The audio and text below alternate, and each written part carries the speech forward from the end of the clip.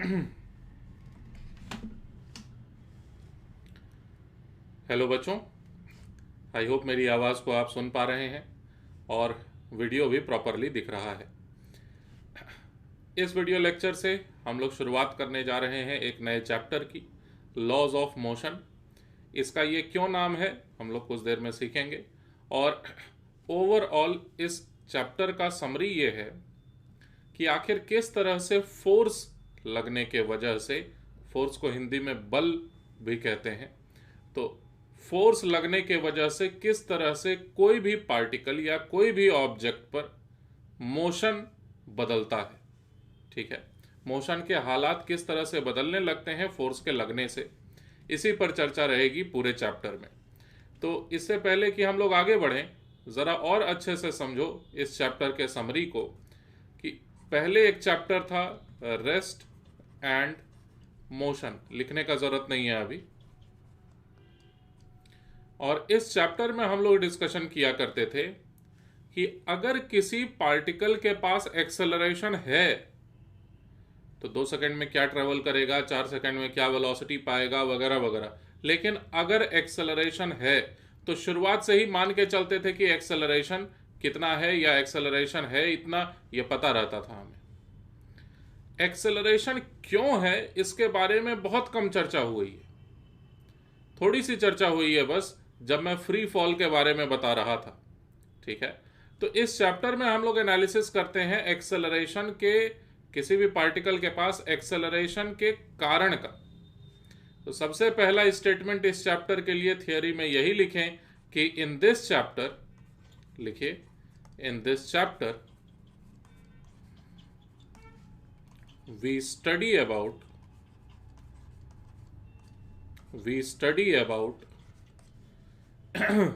Reason of acceleration.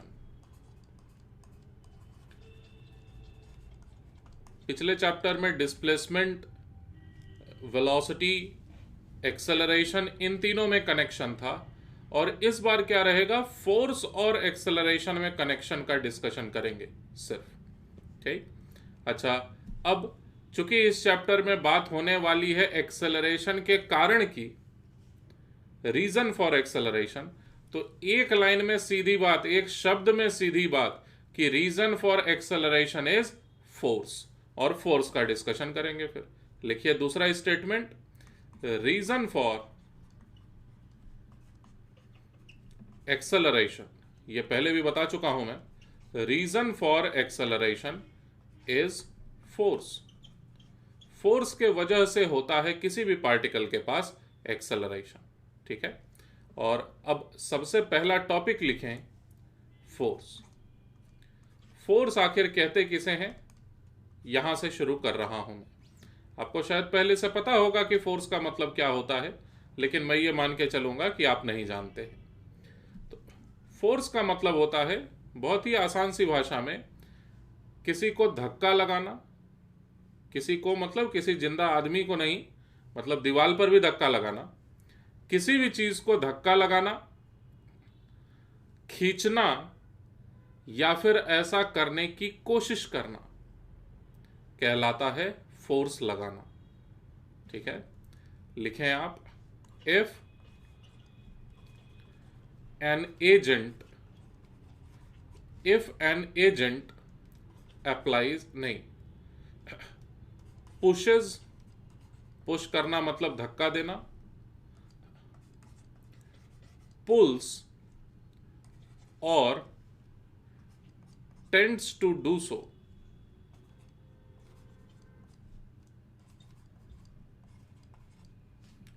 अगर कोई agent मतलब मैं हो सकता हूं, तुम हो सकते हो, धरती हो सकती है, कोई भी एजेंट मतलब कोई दूसरा ऑब्जेक्ट, कोई भी एजेंट अगर धक्का लगाए, खींचे, या फिर ऐसा करने की कोशिश करे, कहलाता है कि इस एजेंट ने अप्लाई किया force. If an agent pushes, pulls और tends to do so on an object,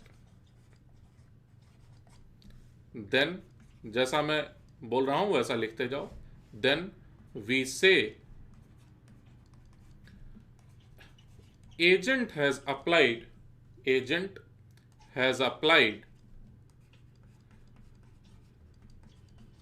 force on object। मतलब मैं किसी एक ऑब्जेक्ट को अगर धक्का लगाता हूं तो फिजिक्स में कहा जाता है मैंने उस ऑब्जेक्ट पर फोर्स लगाया। अगर मैं किसी चीज को खींचता हूं, कैसे खींचूंगा मुझे नहीं पता, लेकिन मैं अगर किसी चीज को खींचता हूं तो भी कहा जाएगा कि मैं उस चीज पर फोर्स लगाया। अच्छा, मैं दीवार को धक्का लगाने की कोशिश करूं तो दीवार तो हिलेगा नहीं अपनी जगह से। मैं धक्का दे पाया क्या? नहीं दे पाया धक्का।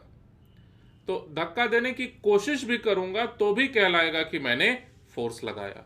देखो और ध्यान से समझो। माना कि ये कोई सरफेस है, दिख रहा है ना साफ? हाँ, माना कि ये कोई सरफेस है और इस सरफेस पर ऐसे करके एक ऑब्जेक्ट रख दिया गया। ठीक, अब इस उंगली से मैं देखो इस ऑब्जेक्ट पर ना फोर्स लगा रहा हूं। ऐसे इस उंगली से मैं इस ऑब्जेक्ट पर फोर्स लगा रहा हूं जिसके वजह से ये आगे जा रहा है, तो ये कहलाएगा पुश कर रहा हूं मैं। अच्छा, इसके बारे में सोचो कि मैं ये क्या कर रहा हूं। इसके बारे में सोचो जरा कि मैं ये क्या कर रहा हूं, पुश कर रहा हूं कि पुल कर रहा हूं। ये भी पुश ही है, दूसरे साइड जाके धक्का दे रहे हैं। अगर मैं ऐसा करता कि इसको रस्सी से बांध देता और इसे रस्सी से बांध देता और रस्सी का एक छोर पकड़ के हाथ से खींचता तो वो कहलाता पुल करना। समझ सके मेरी बात? और किस तरह से फोर्स रिलेटेड है एक्सेलरेशन से, यह हमें पता चलता है न्यूटन्स लॉज ऑफ मोशन से। लेकिन उसके पहले कुछ एग्जाम्पल्स देख लीजिए। फोर्स के बारे में मैं बात कर रहा हूं, कुछ एग्जाम्पल्स बता देता हूं। बहुत बेसिक सी बात है ये कि यह अगर अर्थ है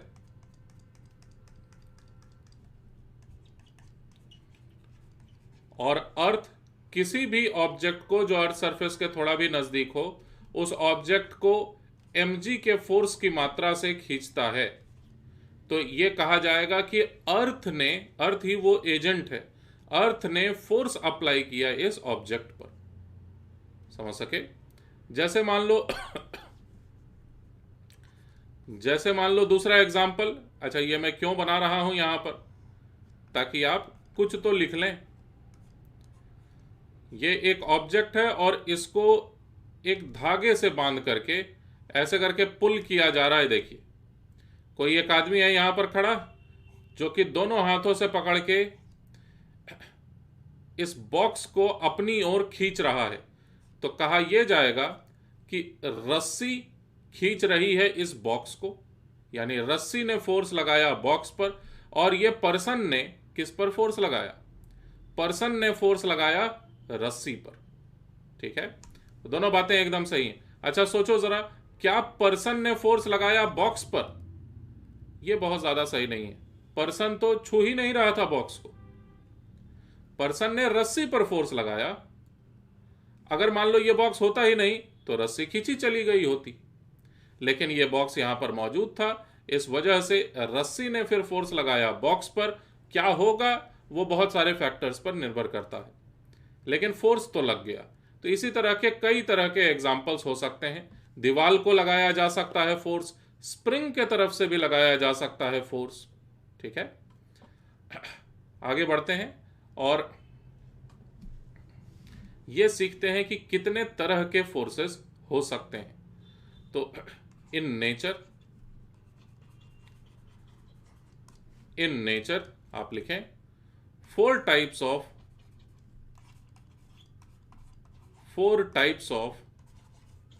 forces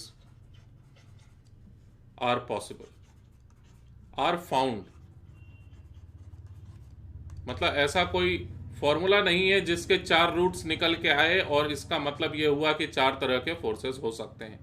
ऐसा कोई डेरिवेशन नहीं है। ढेर सारे एनालिसिस में यह पाया गया कि कुल मिला के अंततः 4 ही तरह के फोर्सेस होते हैं बस। ठीक है, और सबसे पहला ग्रेविटेशनल फोर्स लिखोगे। सबसे पहला ग्रेविटेशनल फोर्स, और ग्रेविटेशनल फोर्स, अभी मैं एग्जांपल दिया था आपको, दोबारा बताने की जरूरत नहीं है। ये ग्रेविटेशनल फोर्स हर दो पार्टिकल्स के बीच में लगता है।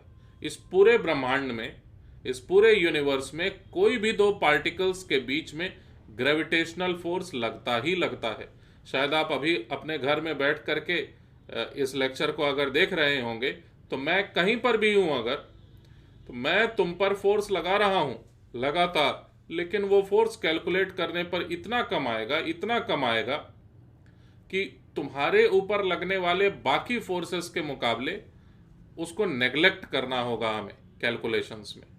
ठीक है, तो ग्रेविटेशनल फोर्स के बारे में दो इंपॉर्टेंट फैक्टर्स हम लोग लिखेंगे। पहली बात ये, acts between any two particles, किसी भी दो पार्टिकल्स के बीच में यह फोर्स लगता ही लगता है। और दूसरी बात इसके बारे में लिखेंगे कि यह काफी कमजोर फोर्स है। इसका क्या मतलब निकला अभी थोड़ी देर में समझ में आएगा। It is weakest force.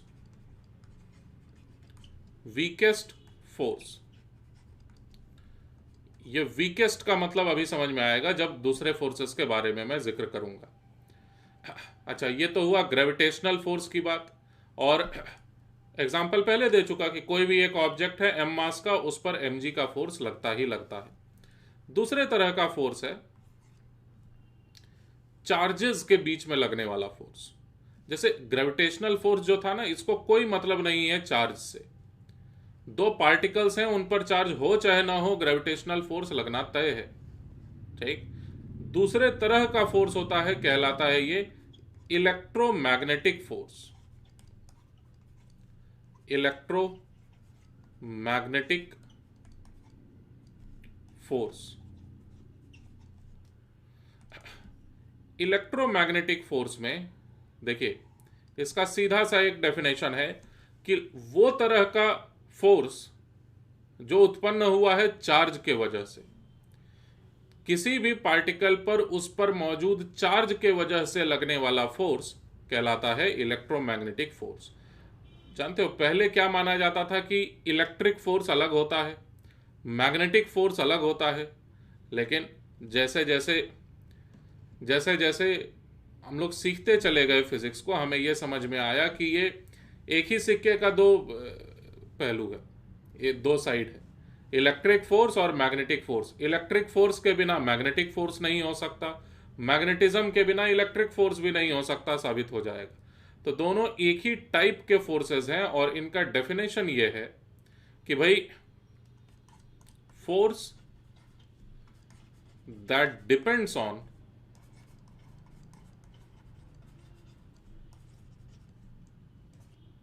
Charge of particles. जिस पार्टिकल पर फोर्स के बारे में बात कर रहे हैं ना, उस फोर्स का कारण अगर चार्ज है उस पर मौजूद, उसी पार्टिकल पर मौजूद, तो इस स्पेशल तरह के फोर्स को कहा जाएगा इलेक्ट्रोमैग्नेटिक फोर्स। ठीक है।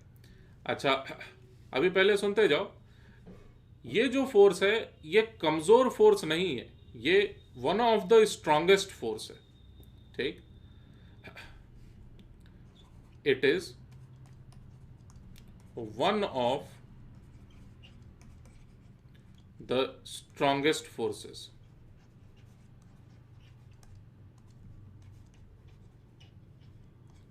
और जो आपका सिलेबस है क्लास 11th और 12th का, या कोई भी इंजीनियरिंग कॉम्पिटिटिव एग्जाम का या मेडिकल कॉम्पिटिटिव एग्जाम का, उसमें हमें ज्यादातर इन्हीं दोनों के बारे में पढ़ना है, ग्रेविटेशनल फोर्स और इलेक्ट्रोमैग्नेटिक फोर्स। हाँ, क्या इसके अलावा और भी तरह के फोर्सेस हो सकते हैं? हाँ, बिल्कुल हो सकते हैं। एक है न्यूक्लियर फोर्स, और न्यूक्लियर फोर्स में दो तीन खास बातें हैं जो आपको जाननी चाहिए। ये सब जनरल नॉलेज अभी चल रहा है, अभी फिजिक्स का कोई कंसेप्ट लाया नहीं हूं मैं आपके सामने, अभी तो मैं फोर्सेस पर डिस्कशन कर रहा हूं। तो न्यूक्लियर फोर्स के बारे में हमें लिखना चाहिए, acts with in nucleus. Nucleus मतलब एटम के सेंटर में एक चीज होता है, उसे कहते हैं न्यूक्लियस। न्यूक्लियस के अंदर में लगने वाले फोर्सेस को न्यूक्लियर फोर्स कहा जाता है। ये काफी कम रेंज में, यानी बहुत ज्यादा पार्टिकल्स जब नजदीक आ जाते हैं, सिर्फ उसी वक्त जनरेट होने वाला ये फोर्स है। फिर से, अगर पार्टिकल्स दूर दूर होंगे तो ये तुरंत एकदम खत्म हो जाता है, टेंडिंग टू जीरो हो जाता है। लेकिन पार्टिकल्स जब एकदम नजदीक नजदीक रहेंगे तो ये फोर्स अच्छा खासा रहता है, और हो सकता है ये फोर्स न्यूक्लियर वाला इलेक्ट्रोमैग्नेटिक फोर्स से भी ज्यादा हो जाए। कौन ज्यादा रहेगा, इलेक्ट्रोमैग्नेटिक फोर्स की न्यूक्लियर फोर्स? ये पूरी तरह से निर्भर करता है कि दो पार्टिकल्स के बीच में सेपरेशन कितना है। सेपरेशन अगर बहुत कम है तो न्यूक्लियर फोर्स ज्यादा ताकतवर रहेगा। ठीक, तो इस बात को कैसे मैं बोलूं कि काफी कम दूरी तक ही ये फोर्स लग पाता है? इसे लिखा जाता है it is short range force. ठीक, इतनी जानकारी बहुत है। अच्छा, ग्रेविटेशनल फोर्स, इस पर डिस्कशन हम लोग कर रहे होते हैं पूरे क्लास 11th के सिलेबस के दौरान। इलेक्ट्रोमैग्नेटिक फोर्स, इसमें 11th क्लास में थोड़ा थोड़ा नाम बदल के ही सही, लेकिन थोड़ा थोड़ा कहीं कहीं आ जाता है ये इलेक्ट्रोमैग्नेटिक फोर्स। और 12th क्लास के सिलेबस को कंप्लीट करने में हम लोग इसका बहुत ज़्यादा इस्तेमाल करते हैं। इलेक्ट्रोमैग्नेटिक फोर्सेस का डिस्कशन ज़्यादातर 12th के सिलेबस में है। न्यूक्लियर फोर्सेस का डिस्कशन, न्यूक्लियस नाम से एक अलग से चैप्टर है क्लास 12th के फिजिक्स में। उसमें सिर्फ आपको ये जानना है कि न्यूक्लियर फोर्स की क्या प्रॉपर्टीज हैं, इसका क्या फॉर्मूला होता है। बच्चों, इस पर आज भी रिसर्च जारी है कि आखिर न्यूक्लियर फोर्सेस किन बातों पर डिपेंड करता है। आज भी हमें अच्छे से नहीं पता है, लेकिन कुछ बेसिक प्रॉपर्टीज हैं जो कंफर्म है कि हमें पता है। उसके बारे में सीख करके हम लोग आगे बढ़ जाएंगे। और चौथे तरह का फोर्स, अगेन इस पर भी रिसर्च जारी है कि ये किन चीजों पर डिपेंड करता है। कहते हैं इसे सिर्फ वीक फोर्स या फिर weak nuclear force. Weak nuclear forces. और ये जो वीक न्यूक्लियर फोर्सेस है, इनको ऑब्जर्व किया गया है आज तक सिर्फ कुछ न्यूक्लियर रिएक्शंस होते वक्त। Observed only during few nuclear reactions.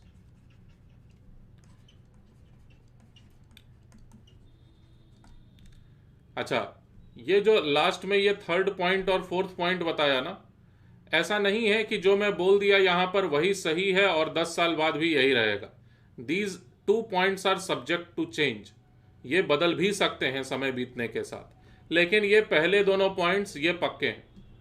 इसमें कोई भी अब बदलाव आ तो सकता ही है, लेकिन मोस्ट प्रोबेबली नहीं आएगा।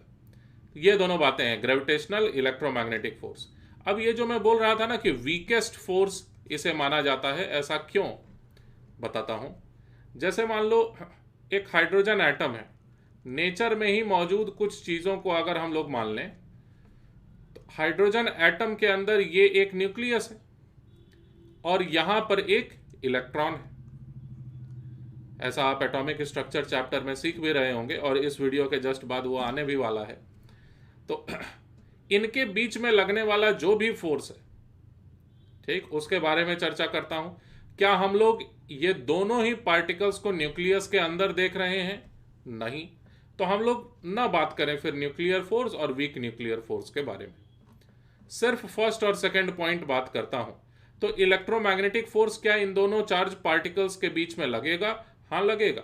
पॉजिटिव चार्ज और नेगेटिव चार्ज दोनों ही एक दूसरे के तरफ खींचे चले जाएंगे।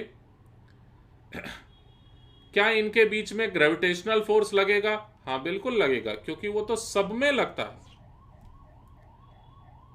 तो ये जो मैं बोला ना कि वीकेस्ट फोर्स है, अगर आप एक इलेक्ट्रॉन और न्यूक्लियस या प्रोटॉन, हाइड्रोजन एटम में प्रोटॉन और इलेक्ट्रॉन के बीच में सेपरेशन कितना, 0.529 एंगस्ट्रॉम का, उसमें अगर आप ग्रेविटेशनल फोर्स चेक करिएगा कैलकुलेट करके, और अगर आप इलेक्ट्रोस्टैटिक फोर्स या इलेक्ट्रोमैग्नेटिक फोर्स चेक करिएगा कैलकुलेट करके, दोनों के बीच में रेशियो देखिएगा तो कितना आएगा रेशियो, ये लगभग निकल के आता है, सॉल्व करोगे तो पता चलेगा, लगभग निकल के आता है 10⁻⁻43 के बराबर, लगभग बता रहा हूं। तो इससे क्या साबित हो रहा है, ये जो नंबर लिखा हुआ है 1/10⁻43 लिखा है ये, इसका मतलब यह हुआ कि ग्रेविटेशनल फोर्स इलेक्ट्रोस्टैटिक फोर्स के मुकाबले बहुत ही कम है। लेकिन अब तुम ये कहो कि सर इस पर मान लेते हैं कोई चार्ज ही नहीं है, तब तो केवल ग्रेविटेशनल फोर्स ही लगेगा, इलेक्ट्रोमैग्नेटिक फोर्स लगेगा ही नहीं क्योंकि चार्ज है ही नहीं। हाँ बिल्कुल एकदम सही है ये बात, लेकिन आप कंपेयर तब करते हैं ना जब दोनों मौजूद हों।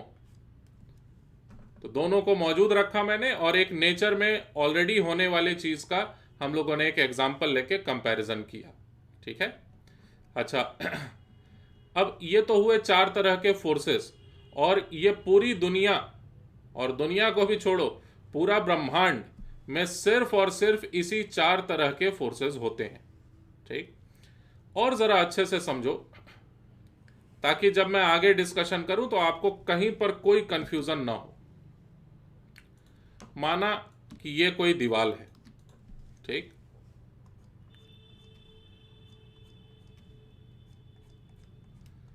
माना कि ये कोई दीवार है और यहां पर कोई एक पर्सन खड़ा है,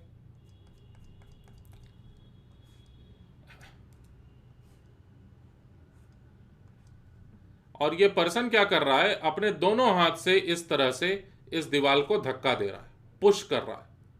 ये वॉल है, तो बहुत भारी सा दीवार है, अपनी जगह से हिलेगा भी नहीं, लेकिन पर्सन ऐसे करके अगर धक्का दे रहा होगा तो क्या होगा, इसको हम लोग समझने की कोशिश करते हैं।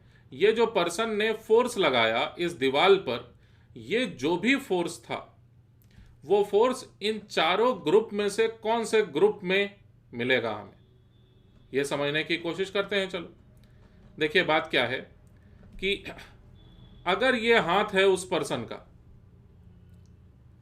इतने से का डायग्राम मैं बना दिया बस, अगर ये हाथ है उस पर्सन का और अगर ये दीवार है,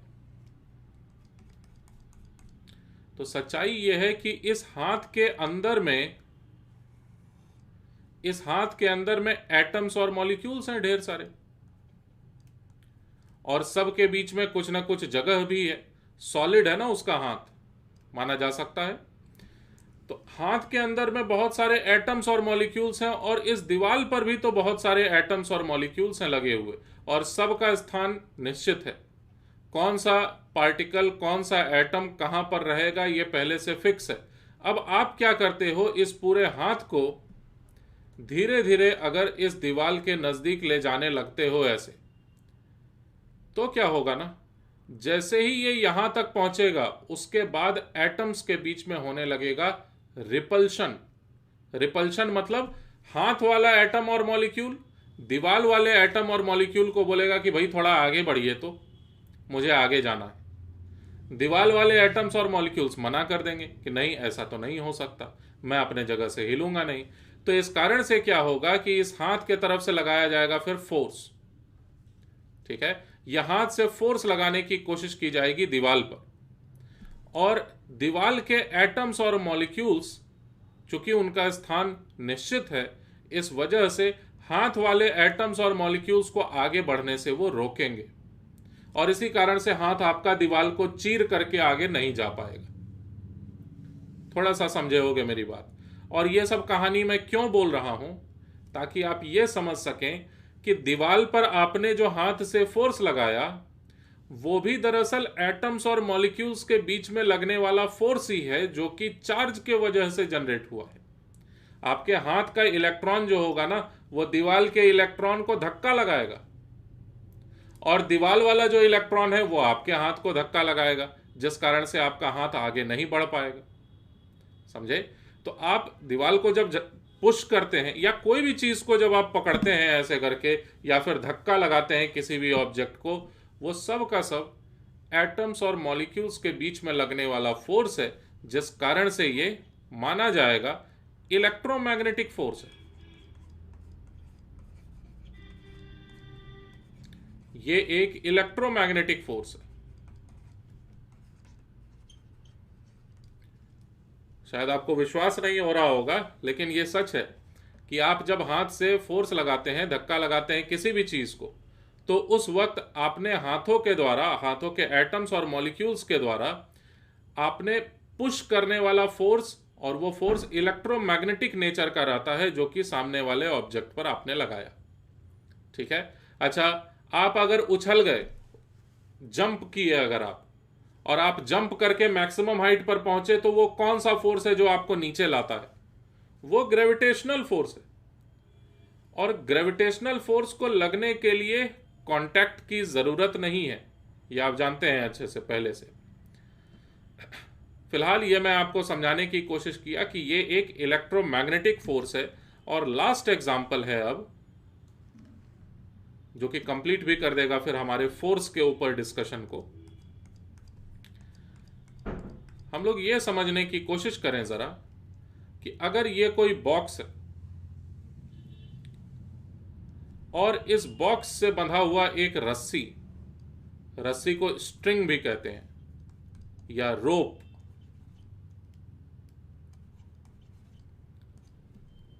और इस रोप को, इस रस्सी को कोई एक पर्सन जो कि है ऐसे करके खींच रहा हो लगातार, ठीक है, ये खींची चली जाए फिर, तो ऐसी हालत में इस पर्सन ने किस तरह का फोर्स लगाया इस रस्सी पर, यह मैं जानना चाहता हूं। ठीक, तो यहां पर दरअसल क्या हो रहा होगा, हाथों और रस्सी के बीच में लगने वाला जो भी फोर्स है, इसको मैं समझना चाहता हूं अच्छे से। ठीक, समझते हैं चलिए। या रस्सी के अंदर ही अंदर किस तरह का फोर्स लग रहा होगा, इसको भी समझा जा सकता है। सुनना ध्यान से। चाहे कैसी भी रस्सी हो, कुछ तो उसकी चौड़ाई होगी, मतलब थोड़ा सा चौड़ा, बस मैं इसे मान लूं अगर ये रस्सी है पूरा, चाहे कितना भी पतला क्यों ना हो, एकदम पतला धागा ही क्यों ना हो, ये बना होगा तो एटम्स और मॉलिक्यूल्स से ही। ये रहे एटम्स और मॉलिक्यूल्स। ऐसा नहीं है कि गिन के 10-15 एटम्स और मॉलिक्यूल्स हैं, आपको जानकारी है लगभग कितने एटम्स और मॉलिक्यूल्स हैं। दोबारा से, यहां पर भी सभी एटम्स और मॉलिक्यूल्स का स्थान निश्चित है, पोजीशन फिक्स्ड है। अब ऐसी हालत में आप क्या करोगे, इतने से रस्सी के टुकड़े को हाथ से पकड़ के अगर आप खींचने की कोशिश करोगे, तो यह रस्सी अगर खींची चली जा रही है, तो यहां पर क्या हो रहा है समझो, आपने कुछ ऐसे एटम्स और मॉलिक्यूल्स को पकड़ के आगे खींचने का कोशिश किया, तो बाकी एटम्स और मॉलिक्यूल्स को यह मंजूर नहीं था। इनको आपने फोर्स लगा के खींचा, कुछ एटम्स और मॉलिक्यूल्स को, लेकिन वो जुड़े हुए थे बाकी सभी एटम्स और मॉलिक्यूल्स से। कैसे? बॉन्ड से। ठीक है, केमिकल बॉन्डिंग, बॉन्ड बना हुआ था यहां पर। और बॉन्ड मतलब क्या? चार्जेस के बीच में लगने वाला फोर्स। तो रस्सी के एक टुकड़े को अगर आप खींचते हैं, तो पूरा का पूरा रस्सी खींचा चला जाता है, क्योंकि सभी एटम्स और मॉलिक्यूल्स साथ में रहने की कोशिश करेंगे, क्योंकि सभी बॉन्ड से जुड़े हुए हैं। तो एक टुकड़े को खींच के आप पूरे रस्सी को खींच पाते हैं, क्योंकि यहां पर एटम्स और मॉलिक्यूल्स के बीच में अगेन इलेक्ट्रोमैग्नेटिक फोर्स ही होता है।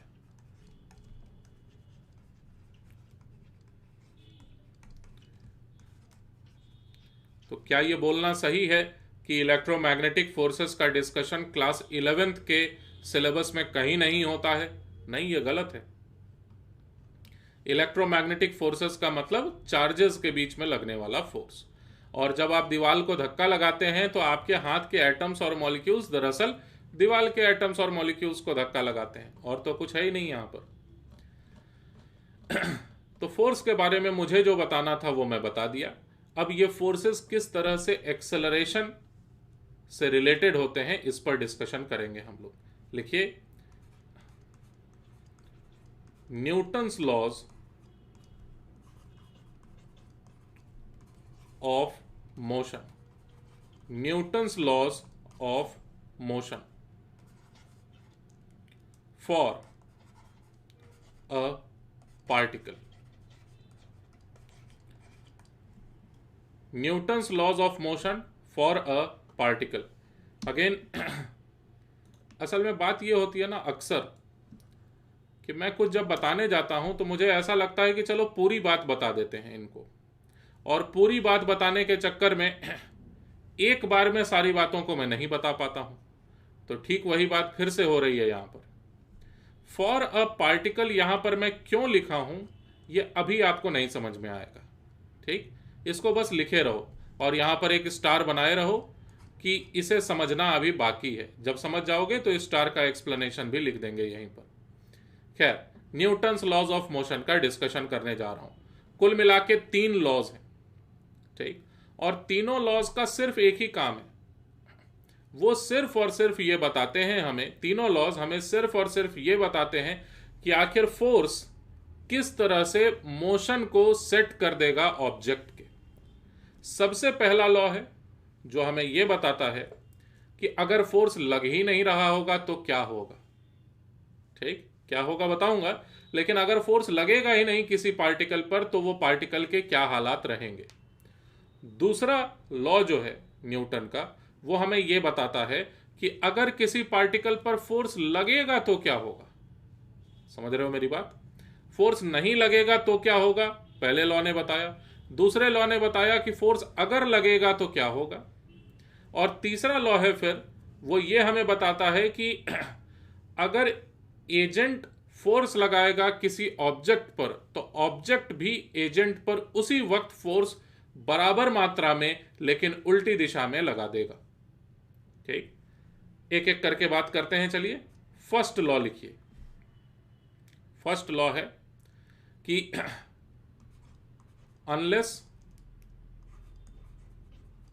unless a particle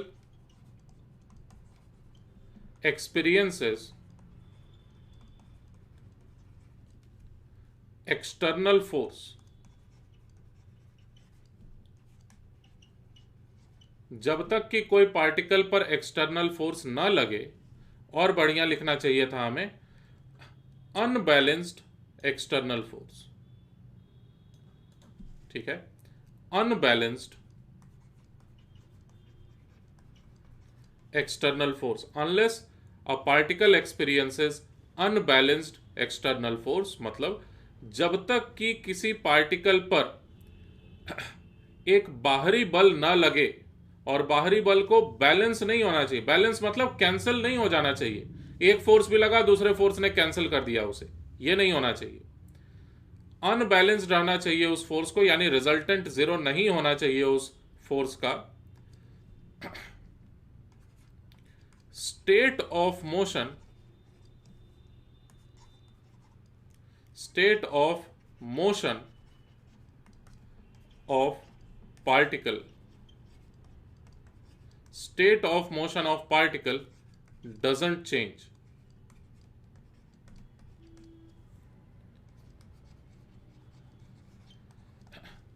किसी पार्टिकल पर जब तक बाहरी अनबैलेंस्ड फोर्स न लगे तब तक उस पार्टिकल के हालत को बदलना इम्पॉसिबल है। उस पार्टिकल के चलने का हालत जो है वो वही रहेगा, और चलने का हालत वही रहेगा, इसका क्या मतलब निकला? स्टेट ऑफ मोशन नहीं बदलेगा, इसका क्या मतलब निकला? स्टेट ऑफ मोशन का मतलब कि वो चल रहा है कि नहीं, कि वो ठहरा हुआ है। तो फिर से बोल रहा हूं, अगर ठहरा हुआ है तो यही कहलाएगा स्टेट ऑफ मोशन, और ये स्टेट, ये हालत उसका बदलेगा नहीं जब तक कि बाहरी फोर्स न लगे। कोई ऑब्जेक्ट अगर रुका हुआ है तो रुका हुआ रहेगा, कोई ऑब्जेक्ट अगर किसी भी वेलोसिटी से जा रहा है तो वो लगातार जाते रहेगा जब तक कि उस पर बाहरी अनबैलेंस्ड फोर्स न लगे। ठीक, अच्छा, फिर ये जो फर्स्ट वाला लॉ है इसी को कहते हैं हम लोग लॉ ऑफ इनर्शिया भी। Law of inertia, law of inertia मतलब अपने स्टेट में मेंटेन रहने का जिद, कि भाई मैं रुका हुआ हूं तो रुका ही रहूंगा। और अगर चल रहा हूं तो मैं चलते ही रहूंगा लगातार, बिना ठहरे या बिना अपने वेलोसिटी में कोई चेंज किए। ठीक, वेलोसिटी में चेंज लाने के लिए बाहरी एक्सटर्नल फोर्स की जरूरत पड़ती है। यही है न्यूटन्स फर्स्ट लॉ, इसी का दूसरा नाम लॉ ऑफ इनर्शिया भी है। और एक और बारीक बात है यहीं पर,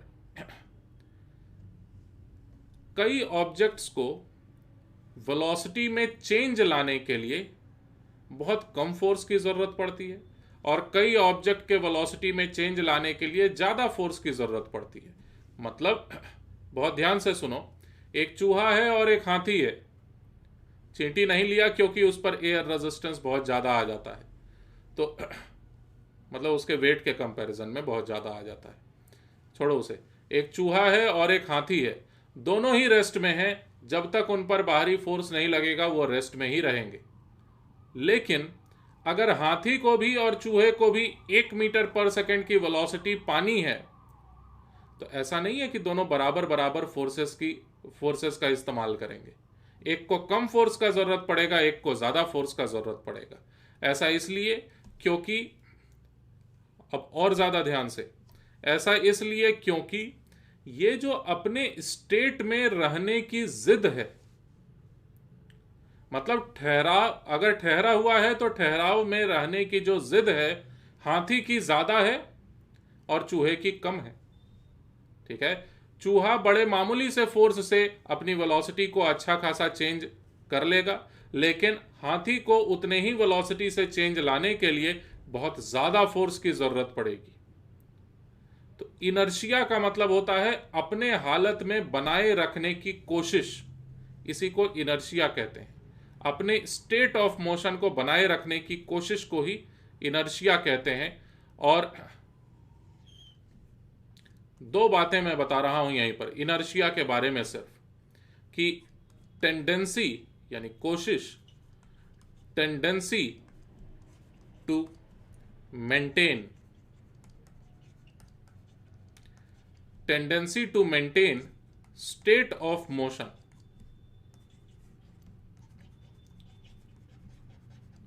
इसी का दूसरा नाम है इनर्शिया।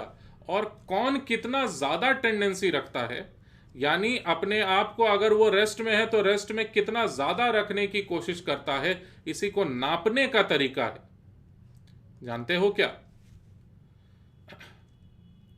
मेजर्ड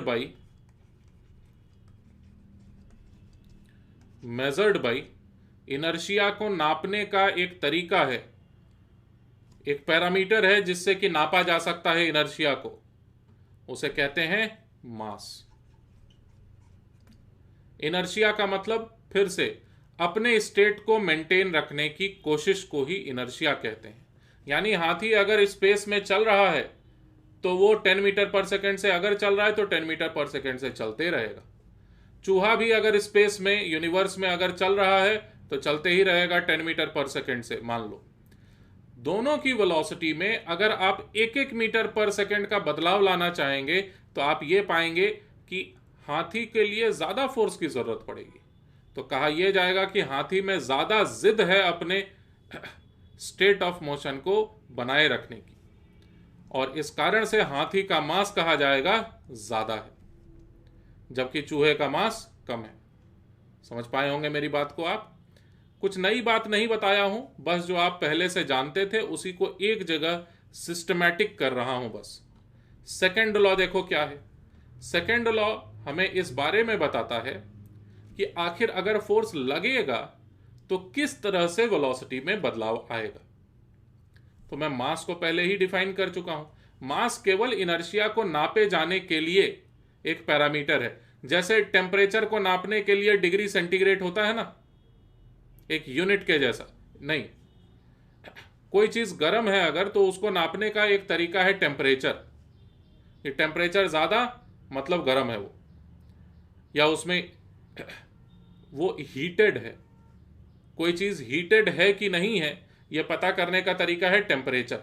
टेम्परेचर देखिए, पता चल जाएगा वो हीटेड है कि कूल्ड डाउन है। तो वैसे ही इनर्शिया को नापने का तरीका मात्र है मास। अब सेकंड वाला लॉ क्या है वो समझिएगा कि if unbalanced force acts on a particle, अगर किसी पार्टिकल पर अनबैलेंस्ड फोर्स लगे, then its velocity changes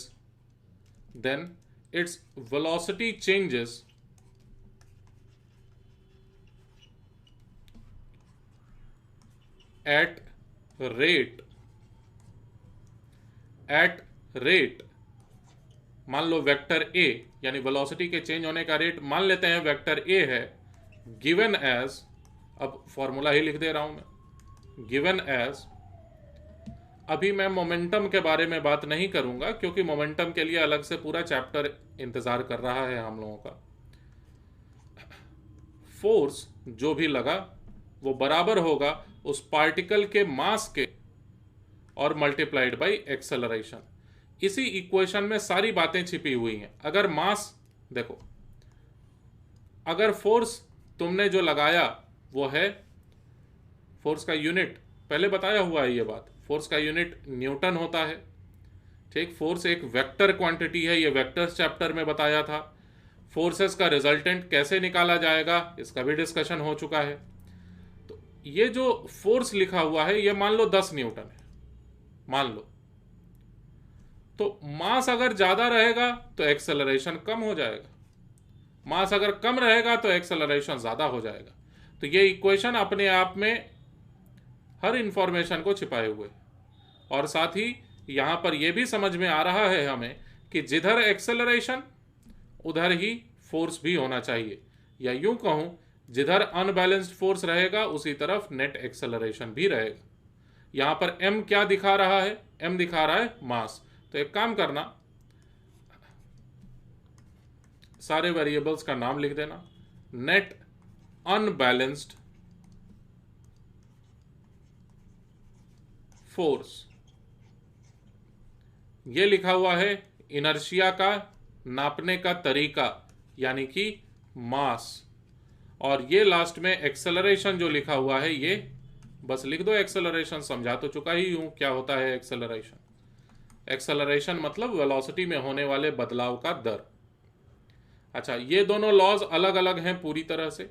किसी एक पार्टिकल पर अगर फोर्स नहीं लगेगा तो उसमें वेलोसिटी में बदलाव नहीं आएगा, किसी एक पार्टिकल पर फोर्स लगेगा तो उस पर होने वाला वेलोसिटी का बदलाव इस इक्वेशन से कनेक्टेड रहेगा। और तीसरा, इसमें हम लोग एक्सेलरेशन के बारे में बात करने के बजाय आखिर फोर्स कैसे लग रहा होता है उसके बारे में बात करते हैं, ठीक है। तो जो मैं बता रहा हूं वही आप लिखेंगे थर्ड लॉ। मुझे पता है आपको रटा हुआ है to every action there is equal and opposite reaction, लेकिन इसका कुछ मतलब नहीं समझ में आता है, ठीक है, इस स्टेटमेंट से। न्यूटन्स थर्ड लॉ ये है कि if an object A applies force on B,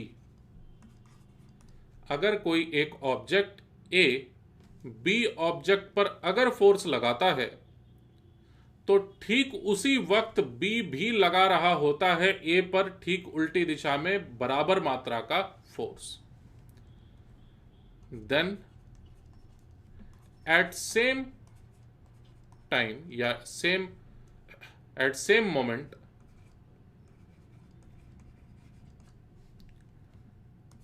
B applies equal and opposite force on A। मतलब A अगर B पर फोर्स लगाएगा तो B छोड़ेगा नहीं, B भी फोर्स लगा देगा उसी वक्त। क्या न्यूटन्स थर्ड लॉ का मतलब यह है कि मैं तुमको थप्पड़ मारूंगा, जो कभी नहीं मारूंगा, ठीक, अगर मैं किसी को भी थप्पड़ मारूंगा तो वो भी मुझे थप्पड़ मारेगा, क्या यह है न्यूटन्स थर्ड लॉ? नहीं, ये बिल्कुल नहीं है न्यूटन्स थर्ड लॉ। अगर मैं हाथ से किसी को भी थप्पड़ मारूंगा तो मेरे हाथ से सामने वाले पर्सन के चेहरे पर जो भी फोर्स लगाया गया, उसी वक्त उसके चेहरे से मेरे हाथ पर भी फोर्स लग गया, उसी वक्त, उसी थप्पड़ मारने के ही दौरान, पहली बार में ही। यह है न्यूटन्स थर्ड लॉ। ठीक। तुम्हारा यह सवाल हो सकता है कि सर मुझे चोट क्यों नहीं लगेगा, फिर अगर मैं किसी को मारता हूं तो मेरे हाथ से उसके चेहरे में फोर्स लगाया गया, उसके चेहरे ने मेरे हाथ पर उतना ही बराबर मात्रा का फोर्स भी लगाया, तो ऐसा क्यों कि उसे ज्यादा चोट लगेगा, मुझे कम चोट लगेगा, जबकि फोर्स तो दोनों को बराबर ही लगा उस थप्पड़ के मारने के दौरान। तो जो दर्द है उसको सोच करके आप फोर्स का अंदाजा नहीं लगा सकते। मतलब मैं अगर तुम पर फोर्स लगाऊं यहां पर सिर पर, और यहां पर अगर फोर्स लगाऊं, यहां पर फोर्स लगाऊं, आंख में फोर्स लगाऊं, तो अलग अलग जगह पर मारे जाने पर या अलग अलग जगह पर फोर्स लगाए जाने पर अलग अलग दर्द होगा। तो अगर किसी को थप्पड़ मारा जाता है चेहरे पर, तो चेहरे पर सेम फोर्स से ज्यादा दर्द होगा, उतने ही फोर्स से हाथ पर शायद कम दर्द हो। तो आई होप आप समझे मैं क्या कहना चाह रहा हूं। एक एग्जाम्पल से हम लोग और ज्यादा अच्छे से क्लियरली समझेंगे। कोई क्वेश्चन नहीं कर रहे, ठीक है, बस एक एग्जाम्पल कंसिडर कर रहा हूं जिसमें हर बात को मैं डिस्क्राइब कर सकूं, बस इतनी सी बात है। तो कंसिडर फॉलोइंग एग्जाम्पल,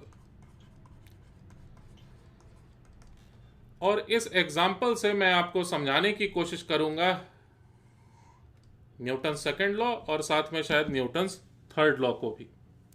तो नोटबुक में लिखिए कंसिडर फॉलोइंग एग्जाम्पल।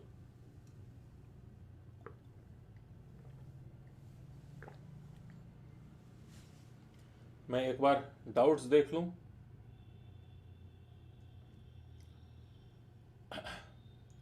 चलिए, अभी तक तो कोई डाउट नहीं है आपको। अभी तक कुछ ऐसा हम लोग सीखे भी नहीं है जिसमें आपको डाउट रहे, लेकिन चलो। अच्छा, जरा सा भी ऐसा मत सोचना कि ये सब तो आता ही है मुझे, मैं क्यों टाइम वेस्ट कर रहा हूं या कर रही हूं। ये सोचने की गलती मत करिएगा आप, अभी समझ में आ जाएगा। देखो, माना कि मान लिया जाए कि इस तरह से एक अर्थ का सरफेस है,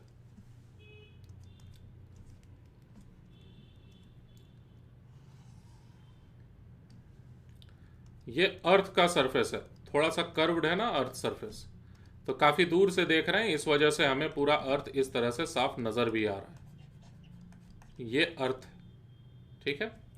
और इस अर्थ पर, मतलब तुम्हारे नजदीक में कहीं ना कहीं एक टेबल होगा रखा हुआ, शायद आप वहीं पर बैठ के पढ़ाई कर रहे होंगे अभी।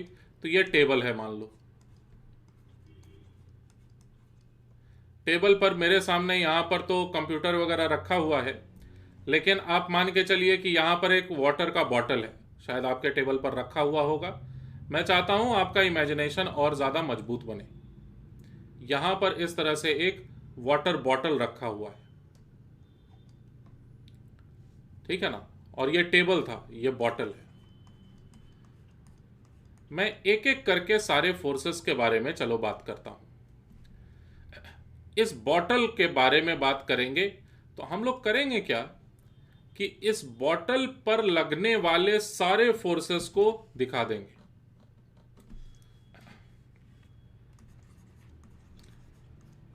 इस बॉटल के बारे में अगर मैं डिस्कशन कर रहा हूं तो इस बॉटल पर लगने वाले सारे फोर्सेस को मैं दिखा दूंगा।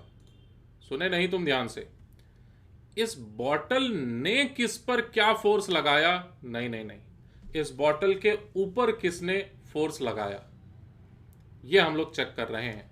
तो सबसे पहली बात, धरती से बहुत ज्यादा दूर तो है नहीं यह बॉटल, तो इस वजह से धरती खींचेगी अपनी ओर इस बॉटल को। इस बॉटल पर एक mg का फोर्स लगना तय है। वो क्यों नहीं नीचे जा रहा है फिर वो अलग बात। अर्थ ये नहीं देखता कि कोई चीज को मैं खींच पा रहा हूं कि नहीं, वो खींचता है, बस खींचने की कोशिश करता है बस, ठीक है। वो ये नहीं देखता कि टेस्ट में नंबर आ रहा है कि नहीं, एग्जाम में नंबर आ रहा है कि नहीं, वो बस कोशिश में लगा रहता है। तो कुछ है शायद यहां पर सीखने के लिए। इस बॉटल के ऊपर लगा एक फोर्स, और इस फोर्स चूंकि एक वेक्टर क्वांटिटी होता है, इसे मैं एक एरो से इस तरह से दिखा सकता हूं। ये जो फोर्स है ये एफ जी में लिख देता हूं, नहीं आप अच्छे से लिखिए जरा इसे। ये एक एरो बना दिया मैं बॉटल के लिए। आपको ये सारे डायग्राम्स ड्रॉ करने हैं। ये एरो जो मैं बनाया हूं इसके बारे में मैं लिख रहा हूं, देखो, फोर्स अप्लाइड बाई, यहां तुम खुद से लिखो, ऑन, उसके बाद खुद से लिखो किसने फोर्स लगाया ये और किस चीज पर लगाया गया है ये फोर्स। तो force applied by earth on bottle. अच्छा, ये जो गजब का फोर्स है ये कौन सा फोर्स है? Gravitational force. चारों फोर्स में कौन सा कैटेगरी में ये फोर्स आता है? ये ग्रेविटेशनल फोर्स है। और ये जो ग्रेविटेशनल फोर्स है, इस फोर्स को लगने के लिए ऑब्जेक्ट को एकदम नजदीक आने की जरूरत नहीं है, कांटेक्ट में भी आने की जरूरत नहीं है, यह फोर्स ऐसे ही लग जाता है। ठीक है। अच्छा, अब मुझे अभी भी यह नहीं समझ में आ रहा कि आखिर यह बॉटल नीचे गिर क्यों नहीं जा रहा है। इस बॉटल पर तो नीचे की ओर फोर्स लग रहा है। तो और ध्यान से सुनो, अगर यहां पर इस तरह से टेबल नहीं रखा हुआ होता, टेबल नहीं होता अगर, ठीक है ना, अगर इस जगह पर टेबल नहीं रखा हुआ रहता तो डेफिनेटली ये बॉटल नीचे गिर गया होता कि नहीं? ऐसा मैं समझने की कोशिश कर रहा हूं कि आखिर ये बॉटल नीचे गिर क्यों नहीं रहा है। अगर ये बॉटल नीचे गिरेगा तब तो टेबल को टूटना पड़ेगा, तभी तो ये बॉटल नीचे गिर पाएगा। तो टेबल का जो सरफेस है वो सरफेस अपने आप को टूटने से बचाने के लिए धक्का लगाता है बॉटल पर। याद करो, जब आप फोर्स लगाने की कोशिश कर रहे थे दीवार पर, ये आप जब फोर्स लगाने की कोशिश कर रहे थे दीवार पर, तो दीवार के अंदर आप घुसा देना चाहते थे हाथ को, यही करना चाहते थे आप। लेकिन ऐसा करने में दीवार टूट जाएगा, दीवार के एटम्स और मॉलिक्यूल्स को अपने जगह को छोड़ना पड़ जाएगा, जो कि उनको मंजूर नहीं था। तो इस वजह से दीवार के पार्टिकल्स ने आपको रोकने के लिए आपको धक्का लगाया। समझ सके मेरी बात? अगर यहां दीवार नहीं होता तो आपका हाथ सच में आगे चला गया होता, आपके हाथ को किसी ने रोका नहीं होता। ठीक वैसे ही यहां पर भी इस बॉटल को नीचे गिरने से टेबल का सरफेस टूट जाएगा, और टेबल का सरफेस अपने आप को बचाए रखने के लिए, इंटैक्ट बनाए रखने के लिए एक फोर्स लगाता है, टेबल का सरफेस। ठीक है। और तुम खुद सोचो, वो टेबल का सरफेस किधर फोर्स लगाएगा? इस बॉटल पर। इस बॉटल पर फोर्स लगाया जाएगा ऊपर की तरफ, ताकि ये बॉटल कहीं नीचे न गिर जाए। नीचे गिराना कौन चाहता है? ये वाला फोर्स। और नीचे गिरने से बचाना कौन चाहता है? तो अभी मैं लिखने जा रहा हूं दूसरे फोर्स के बारे में। दूसरे फोर्स का नाम है, एक ऐसा फोर्स जिसने लगाया, फोर्स ड्यू टू, अब लिखो ऑन, फिर लिखो, मुझसे पहले लिख दो, force due to table surface. Table का वो जो ऊपरी सतह है ना, बिल्कुल, वो अपने आप को टूटने से बचाने के लिए उसके एटम्स और मॉलिक्यूल्स धक्का लगा रहे हैं, पुश कर रहे हैं इस बॉटल को। और पुश करना मतलब फोर्स लगाना होता है, तो पुश करता हुआ एक मैं फोर्स दिखा दिया, force due to table surface on bottle. समझ गए होंगे मेरी बात? अच्छा, नहीं, इस तरह के फोर्स को अक्सर कहा जाता है, सरफेस को अपने आप को टूटने से बचाने के लिए सरफेस अपने खुद के परपेंडिकुलर डायरेक्शन में एक फोर्स लगाता है। फिर से सुनो, जो कोई भी चीज किसी भी सरफेस को तोड़ने की कोशिश करेगा, सरफेस अपने आप को बचाने के लिए सरफेस अपने खुद के परपेंडिकुलर डायरेक्शन में पुश करने वाला एक फोर्स लगाता है। फिर से सुनो और दिमाग में एकदम पत्थर की लकीर की तरह लिख लो इस बात को, ठीक है, कि जब कभी किसी भी सरफेस को तोड़ने की कोशिश की जाएगी, वो सरफेस जागेगा और वो सरफेस जो भी तोड़ना चाह रहा है उसको धक्का लगा के दूर भेजेगा, ठीक। और किस डायरेक्शन में फोर्स लगाया जाता है? तो सरफेस के परपेंडिकुलर पुश करने वाला फोर्स होता है। इस तरह के फोर्स को सरफेस के द्वारा लगने वाला नॉर्मल फोर्स भी कहते हैं। यह कहलाता है नॉर्मल फोर्स। ऐसा क्यों? क्योंकि यह सरफेस के नॉर्मल ही लगता है। नॉर्मल मतलब परपेंडिकुलर। तुम चेयर पर जो बैठे हो, अगर बैठे हो तो तुम नीचे क्यों नहीं गिर जा रहे हो? ग्रेविटेशनल पुल के वजह से, अर्थ के, क्योंकि चेयर आप पर लगा रहा है नॉर्मल फोर्स। चेयर नहीं टूटने के लिए अपने आप को, चेयर अपने आप को बचाए रखने के लिए आप पर लगा रहा है नॉर्मल फोर्स।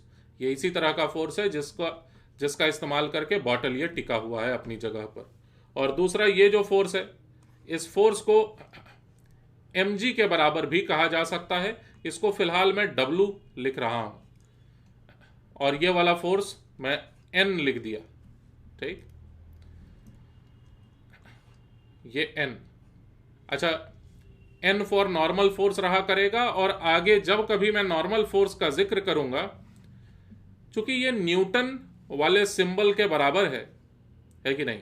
न्यूटन का सिंबल, फोर्स का यूनिट लिखते समय न्यूटन का सिंबल भी N होता है और नॉर्मल फोर्स को भी जनरली N लिखा जाता है। तो मैं क्या करूंगा, जब जब न्यूटन लिखूंगा तो मैं साफ साफ N ऐसे लिखूंगा, लेकिन जब नॉर्मल फोर्स का जिक्र करूंगा तो थोड़ा सा डिजाइन बना दूंगा ऐसे।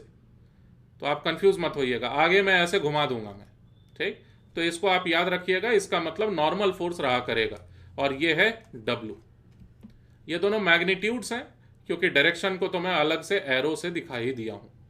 अच्छा, अब मुझे बताओ, आप चैट बॉक्स में ये लिख के बताना कि आप समझ पाए कि नहीं अच्छे से। अभी मैं सवाल पूछ रहा हूं अभी, तो आप चैट बॉक्स में लिख के बताइएगा कि N और W जो दोनों आपस में बराबर हैं, ये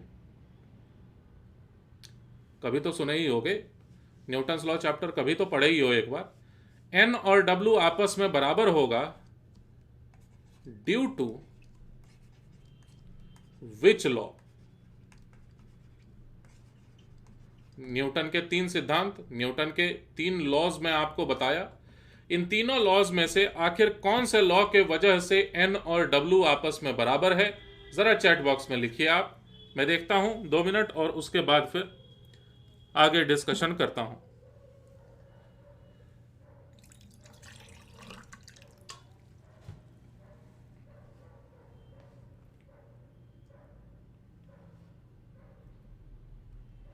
न्यूटन का कौन सा लॉ, आप चैट बॉक्स में लिखें।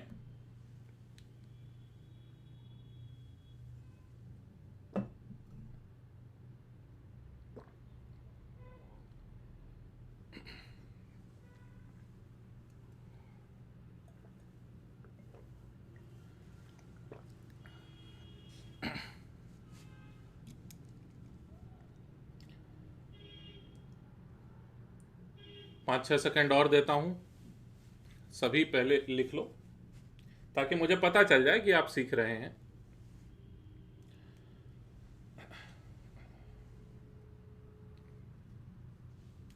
चलिए, तो कई बच्चों ने बताया अभी तक, मुझे लगता है 10 बच्चों ने बता दिया है। सबका यह कहना है Newton's third law, due to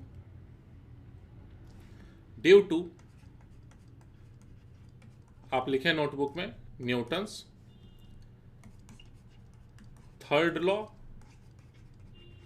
और इतना लिखने के बाद, पहले पूरा इतना लिख लो, Newton due to Newton's third law. इसके बाद ना पूरा इसको काट दो क्योंकि यह गलत है। न्यूटन्स थर्ड लॉ के वजह से ये आपस में बराबर नहीं हुए हैं। तो जो मैं बोलता हूं उसको बहुत ध्यान से सुना करो, दिमाग से इस बात को निकाल दो, ये सब तो आता ही है। बॉटल के बारे में हम लोगों ने डिस्कशन किया, बॉटल पर लगने वाले सारे फोर्सेस को दिखाया हूं मैं। ऑन बॉटल सारे फोर्सेस को मैं दिखाया हूं। बॉटल ने किस पर क्या फोर्स लगाया ये सब का अभी डिस्कशन नहीं हुआ है। बॉटल पर लगने वाले सारे फोर्सेस को दिखाने वाला ये जो डायग्राम है, इस डायग्राम में क्या दिखाया हूं, इस ऑब्जेक्ट पर लगने वाले सारे फोर्सेस को, इस स्पेशल तरह के डायग्राम को कहते हैं free body diagram. Free body diagram. और फ्री बॉडी डायग्राम में हम लोग किसी भी ऑब्जेक्ट का, फ्री बॉडी डायग्राम में हम लोग उस ऑब्जेक्ट पर लगने वाले सारे फोर्सेस दिखाते हैं। ठीक, चलो फ्री बॉडी डायग्राम बनाते हैं टेबल का। न्यूटन्स थर्ड लॉ के बारे में और ज्यादा डिस्कशन करने वाला हूं अभी मैं, लेकिन पहले आप अलर्ट तो हो जाइए। पहले आप इस बात का तो विश्वास करिए कि कुछ आप सीखने वाले हैं अभी जस्ट। ये जो टेबल है, टेबल का फ्री बॉडी डायग्राम एकदम अच्छे से बना रहा हूं। देखो इस टेबल के फ्री बॉडी डायग्राम में क्या क्या फोर्सेस हमें दिखाने चाहिए। टेबल का एकदम सिंपल सा डायग्राम ऐसा बनाया हूं। इस टेबल का कुछ ना कुछ तो मास होगा, जिस कारण से इस पर नीचे की ओर एक जरूर से फोर्स लगना ही चाहिए। ऐसे ये फोर्स टेबल पर किसने लगाया, लिखिए जरा। अर्थ ने लगाया। फोर्स बाई अर्थ, या ऐसे लिख दो अर्थ अट्रैक्शन। ग्रेविटी के वजह से अट्रैक्शन होगा ना, अर्थ अट्रैक्शन ऑन टेबल। फिर से किसने ये फोर्स लगाया, पूरे अर्थ ने मिलके ये टेबल को अपनी ओर खींचा। ठीक है, अच्छा ये किस पर लगाया, तो टेबल पर लगाया गया फोर्स है। तो ये टेबल नीचे क्यों नहीं चला गया। अगर इस टेबल पर फोर्स लगाया गया है नीचे की ओर अर्थ के तरफ से खींचने वाला फोर्स, तो ये टेबल नीचे क्यों नहीं चला गया, क्योंकि अगर ये टेबल नीचे चला जाएगा तो ये जो जमीन है ना, यहां पर दोनों जगहों पर ये दोनों छोटे छोटे जमीन के टुकड़े, इनको टूटना पड़ेगा। अगर टूटना अलाउड रहता, मान लो दलदल होता या मान लो पानी होता, तो शायद ये टेबल नीचे चला गया होता। लेकिन ये सरफेस अपने आप को टूटने से बचाने के लिए अगेन ऊपर के तरफ लगाएंगे नॉर्मल फोर्स। तो इस बात को मैं दिखा देता हूं। देखो अलग अलग एरोज से, ठीक, इस तरह के एरोज नीचे से ऊपर के तरफ ऐसे करके फोर्स दिखाया जा रहा है। यहां पर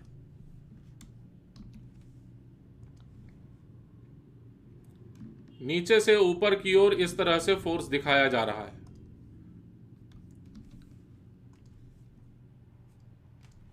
और ये जो दोनों ही फोर्सेस हैं, इनको मैं अगर नाम दे देता हूं, मान लो N1 और N2।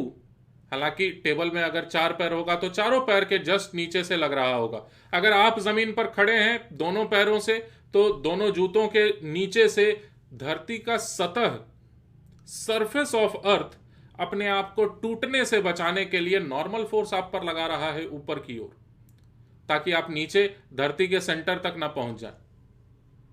ठीक है, तो N1 और N2 के बारे में अलग से लिख दे रहा हूं, वहां जगह नहीं है। N1 एंड N2 इन दोनों के बारे में applied by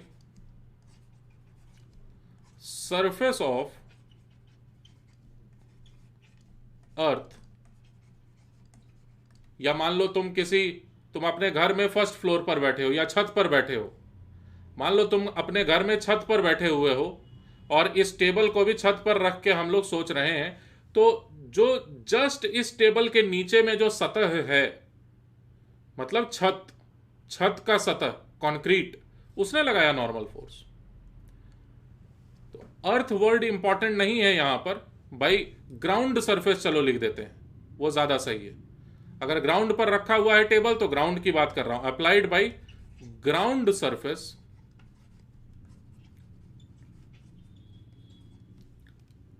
surface on table.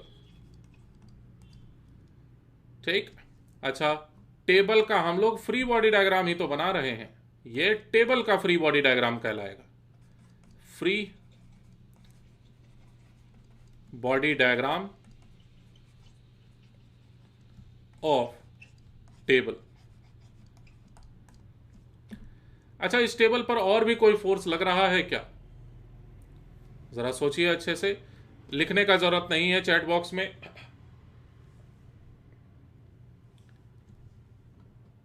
आप सोचिए ये कि टेबल पर क्या कोई और भी फोर्स लग रहा है क्या? हाँ, एक और फोर्स अभी छूटा हुआ है। अब देखो, यहीं से तुम सीखोगे न्यूटन्स थर्ड लॉ सच में क्या है। गलती नहीं चाहिए। न्यूटन्स थर्ड लॉ ये है कि अगर टेबल का सरफेस बॉटल पर फोर्स लगाया तो बॉटल भी टेबल के सरफेस पर ठीक उल्टी दिशा में फोर्स लगाएगा। और ठीक उल्टी दिशा में फोर्स लगने का मतलब इस तरफ ऐसे ऐसे करके नीचे की ओर एक फोर्स लग रहा होगा। और कितना फोर्स लग रहा होगा यह भी मैं कह सकता हूं। ध्यान से सुनो बिल्कुल फिर से। यह नॉर्मल फोर्स किसने लगाया था? टेबल का सरफेस। यह नॉर्मल फोर्स टेबल के सरफेस ने लगाया था। किस पर लगाया था? बॉटल पर लगाया था। बॉटल छोड़ेगा नहीं, बॉटल भी लगाएगा टेबल के सरफेस पर नॉर्मल फोर्स, और ठीक उल्टी दिशा में ऐसे। ये एन वाला फोर्स है ये। और ये फोर्स किसने लगाया इसको मैं अलग से लिख रहा हूं, यहां पर आपको लिखना बहुत ज्यादा जरूरी है। ये normal force by bottle on table surface. Table के सरफेस पर लगाया गया फोर्स था ये, बॉटल के द्वारा। क्यों लगाना पड़ा? क्योंकि याद करो टेबल के सरफेस ने भी लगाया था बॉटल पर फोर्स। और ये जो दोनों फोर्सेस हैं, देखो दिख पा रहा है? नहीं, हाँ अब ठीक है। देखिए ध्यान से, ये वाला जो फोर्स है और ये वाला जो फोर्स है, ये दोनों इक्वल एंड अपोजिट होंगे और ये दोनों आपस में कनेक्टेड हैं, ये दोनों आपस में रिलेटेड हैं। इनमें आपस में संबंध इसलिए है न्यूटन्स थर्ड लॉ के वजह से। ये कनेक्टेड हैं फोर्सेस न्यूटन्स थर्ड लॉ से। ठीक, डायग्राम खराब हो गया लेकिन शायद आप समझे होंगे थोड़ा सा। और एन और डब्ल्यू आखिर क्यों बराबर होगा वो भी देख लो। मैं बात कर रहा हूं अब सिर्फ बॉटल के बारे में। फॉर बॉटल एक्सेलरेशन कितना है बॉटल का? देखो तो एक्सेलरेशन है बॉटल का, तुम्हारे सामने जो बॉटल रखा हुआ है टेबल पर शायद, उसके बारे में बात कर रहा हूं। उसका एक्सेलरेशन तो 0 है ना। तो due to Newton's second law, चूंकि उसका एक्सेलरेशन 0 है, इस वजह से नेट फोर्स उस बॉटल पर होना चाहिए 0 के बराबर। तुम बोलोगे सर ये न्यूटन्स फर्स्ट लॉ भी तो है। नहीं है ये न्यूटन्स फर्स्ट लॉ, मैं ऐसा नहीं बोला हूं। मैं ये कभी नहीं बोला कि अगर कोई ऑब्जेक्ट रुका हुआ है उस पर लगने वाला नेट फोर्स 0 होना चाहिए। ये न्यूटन्स फर्स्ट लॉ नहीं है। न्यूटन्स फर्स्ट लॉ है कि अगर नेट फोर्स 0 होगा तो वेलोसिटी नहीं बदल सकता। समझे बात को? वेलोसिटी नहीं बदलेगा, इस वजह से नेट फोर्स 0 होना चाहिए। सही हो सकता है ये बात भी, लेकिन ये न्यूटन्स फर्स्ट लॉ नहीं है। न्यूटन्स फर्स्ट लॉ ये है कि फोर्स अगर नहीं लगेगा तो वेलोसिटी नहीं बदलेगा। तो net force equals to, by the way, Newton second law के वजह से होना चाहिए था मास बॉटल का मल्टीप्लाइड बाय एक्सेलरेशन बॉटल का, और ये 0 है एक्सेलरेशन, तो इस वजह से ये 0 बना। और नेट फोर्स में किसकी किसकी गिनती होगी? तो नॉर्मल फोर्स ऊपर की ओर। फिर से डायग्राम दिखाना होगा, देख लो भाई, आसान तो है समझना। ये बॉटल है मान लेते हैं, पानी का तो नहीं लग रहा है। नीचे की तरफ इस पर W में दिखाया था, ऊपर की तरफ मैं इस पर नॉर्मल फोर्स दिखाया था। जो बोल रहा हूं उस पर ध्यान दो। नॉर्मल फोर्स माइनस W, ये मैं लिखा हूं नेट फोर्स, मानते हुए कि ऊपर की तरफ पॉजिटिव है। तो N पॉजिटिव फोर्स और प्लस माइनस W, ऐसे लिख ही सकते हैं इसे। तो N माइनस W ही तो हुआ, इक्वल्स टू 0। और ये न्यूटन सेकेंड लॉ की वजह से हम लोग लिख पा रहे हैं इन बातों को, due to Newton second law. फिर से सुनो और ज्यादा ध्यान से। अगर ये बॉटल ऊपर की ओर एक्सेलरेटेड होता, मान लो 2 मीटर पर सेकेंड स्क्वायर से ये बॉटल एक्सेलरेटेड है, ऐसा कैसे हो सकता है? टेबल लिफ्ट के अंदर रखा है, लिफ्ट ऊपर जा रहा है एक्सेलरेशन के साथ, तो ये इक्वेशन गलत हो जाएगा, क्योंकि अब तो एक्सेलरेशन है ना इसमें। तो यहां पर आप एक्सेलरेशन कुछ ना कुछ इस्तेमाल करेंगे और लिखेंगे N minus W equals to mass into acceleration, न कि 0। तो ऐसी हालत में N और W आपस में बराबर नहीं भी हो सकते हैं कई बार। शायद समझे मैं क्या बोला। तो N इक्वल्स टू W, ये फाइनल बताओ आखिर कौन से लॉ के वजह से है? Due to Newton's second law, और यही सही है। चलिए अब एक अंतिम चीज, फ्री बॉडी डायग्राम ऑफ अर्थ।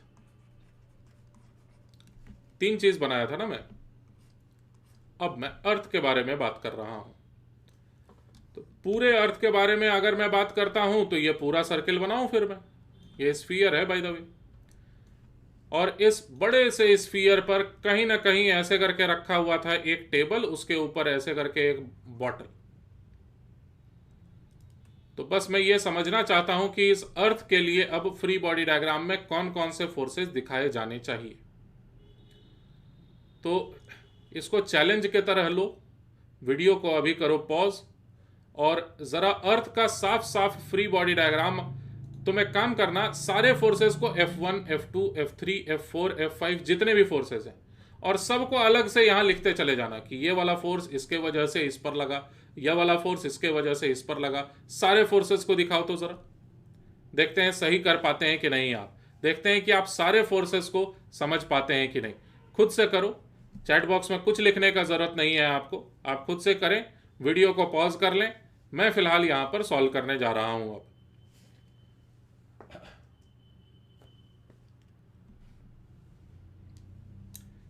चलिए सॉल्व करते हैं।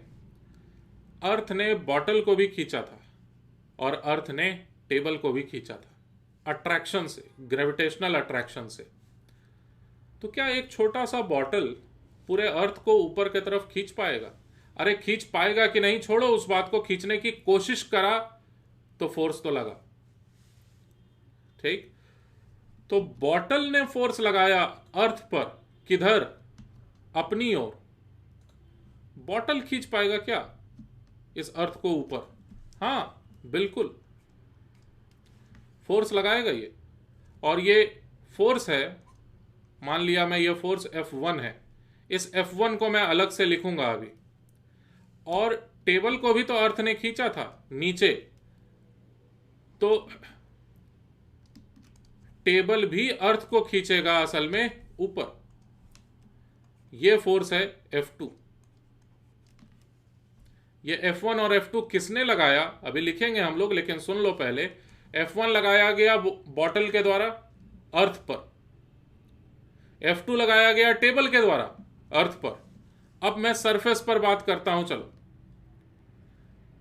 ये सरफेस याद करो, टेबल पर फोर्स लगाया था। कौन सा फोर्स? नॉर्मल फोर्स N1 और N2, याद है?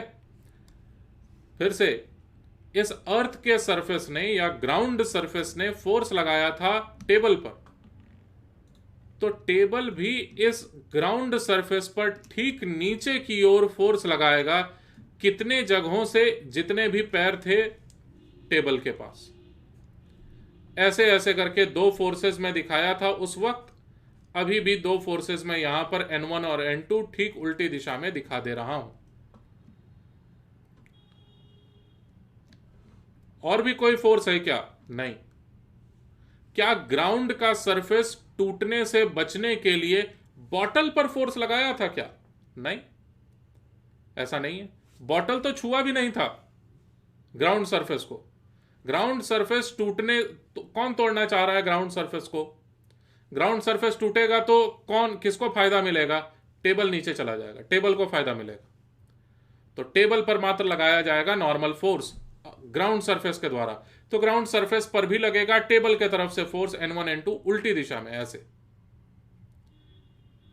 यह कंप्लीट हुआ फ्री बॉडी डायग्राम। बस लिखना बाकी है कौन से फोर्सेस आखिर क्या रिप्रेजेंट कर रहे हैं। तो F1 के बारे में सुनो। F1 gravitational force by bottle on earth. और इसका डायरेक्शन क्या होगा? ऊपर की ओर। ग्रेविटेशनल फोर्स ऊपर की ओर लग रहा है अर्थ पर। अर्थ ने लगाया नीचे की ओर बॉटल पर और टेबल पर। बॉटल और टेबल दोनों ही अलग अलग फोर्सेस लगाए अर्थ पर ऊपर की ओर। यही है न्यूटन्स थर्ड लॉ। ठीक है। F2 क्या है? F2 ठीक यही फोर्स है दोबारा से, लेकिन ये जो फोर्स है F2 ये अप्लाई किया गया है बॉटल के द्वारा, नहीं टेबल के द्वारा।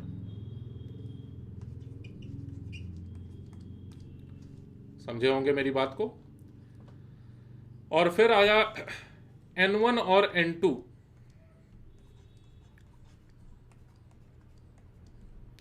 ये दोनों ही forces by table on ground surface.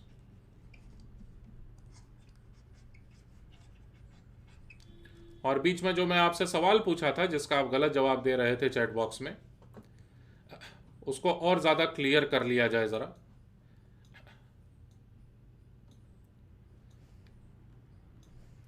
ये दो नॉर्मल फोर्सेस थे, अच्छे खासे फोर्सेस हैं ये। कुछ यहीं पर कंफ्यूजन है मुझे। जैसे भाई अर्थ पर फोर्स लगेगा तो ये क्या मूव करना शुरू कर देगा?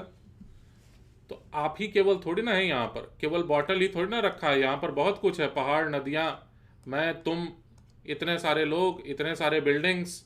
ये सब कोई अगर मिलके फोर्स लगाने लगेगा अगर अर्थ पर, तो रिजल्टेंट फोर्स किधर आएगा ये कैलकुलेट कर पाना बहुत मुश्किल है। और बावजूद इस बात के अर्थ का मास इतना ज़्यादा है, अर्थ का मास इतना ज़्यादा है, पहाड़ों के मुकाबले भी बहुत ज़्यादा मास है अर्थ का, क्योंकि अर्थ पर ही तो छोटा सा पहाड़ है। तो अर्थ का मास इतना ज़्यादा है कि इस पर बहुत ज़्यादा फोर्स भी अगर आंसर आ रहा हो नेट, तो भी उसका कोई फर्क नहीं पड़ेगा। अर्थ को एक्सेलरेट करने में उन फोर्सेस का भी इस्तेमाल नहीं कर पाएंगे। और भी कई कारण हैं।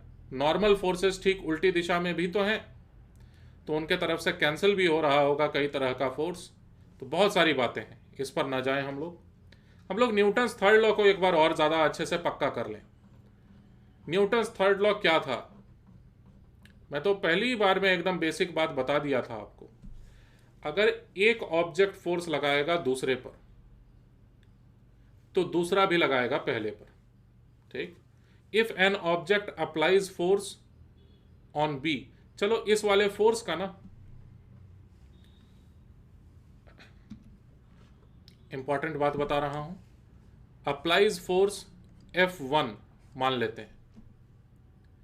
अगर ऑब्जेक्ट ए ने फोर्स अप्लाई किया बी पर F1 की मात्रा का, और बी ने अप्लाई किया F2 मात्रा का फोर्स ए पर, तो यह बात जरूर है कि F1 और F2 का मैग्नीट्यूड इक्वल रहेगा, लेकिन डायरेक्शन उल्टा होगा। यह बात जरूर है। लेकिन सबसे इंपॉर्टेंट बात यहां पर यह है कि ये जो F1 वाला फोर्स है, इस F1 वाले फोर्सेस को आप B के फ्री बॉडी डायग्राम में दिखाएंगे, क्योंकि F1 किस पर लगा था? B पर लगा था। और F2 F2 वाला जो फोर्स है वो तो A पर लगा था, इस वजह से वो A के फ्री बॉडी डायग्राम में दिखाया जाएगा F2 वाला फोर्स। तो न्यूटन्स थर्ड लॉ के वजह से जो दो फोर्सेस में रिलेशन बनता है वो दोनों ही फोर्सेस अलग अलग ऑब्जेक्ट्स पर लगते हैं। एक ही फ्री बॉडी डायग्राम में आपको दो फोर्स कभी नहीं नजर आएगा जो न्यूटन्स थर्ड लॉ से कनेक्टेड है। याद रख पाओगे इस बात को? चलो लिखते हैं इसे। चलिए इसे क्लियरली लिखते हैं। अब ये एग्जाम्पल मेरा कंप्लीट हो गया। अब मैं न्यूटन्स थर्ड लॉ के बारे में बाकी बची हुई बातों को बता करके इंट्रोडक्शन को कंप्लीट मानूंगा। ठीक। The two forces, the pair of forces, मतलब फोर्सेस का जोड़ा। कपल नहीं बोल सकते, कपल का मतलब रोटेशनल मैकेनिक्स में कुछ और ही होता है। द पेयर ऑफ फोर्सेस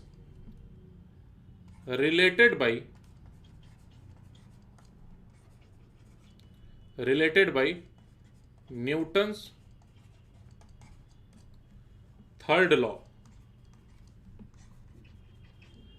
जिन्हें अक्सर एक्शन रिएक्शन पेयर भी कहते हैं। एक्शन रिएक्शन पेयर भी इन दोनों फोर्सेस को कहा जाता है। जैसे नॉर्मल फोर्स मैं तुम पर लगाऊं, तुम मुझ पर लगाओ, तो इन्हीं दोनों नॉर्मल फोर्सेस को एक्शन रिएक्शन पेयर भी कहते हैं। इसके बारे में मैं ये बता रहा था कि act on two different objects, और इस कारण से एक्शन रिएक्शन पेयर आपको केवल एक ऑब्जेक्ट के फ्री बॉडी डायग्राम में नहीं दिखेगा। ठीक है, अगर आप एक्सटर्नल फोर्सेस दिखा करके फ्री बॉडी डायग्राम बना रहे हैं तो आपको फ्री बॉडी डायग्राम में, एक ही फ्री बॉडी डायग्राम में आपको दोनों एक्शन रिएक्शन पेयर नहीं दिखेगा, क्योंकि अगर इस ऑब्जेक्ट पर लगा फोर्स किसी दूसरे ने लगाया तो दूसरे पर जो फोर्स लगेगा वो तो दूसरे के फ्री बॉडी डायग्राम में दिखाओगे ना। यही बात मैं दूसरे स्टेटमेंट में बता रहा हूं आपको। The action reaction pairs, the action reaction pairs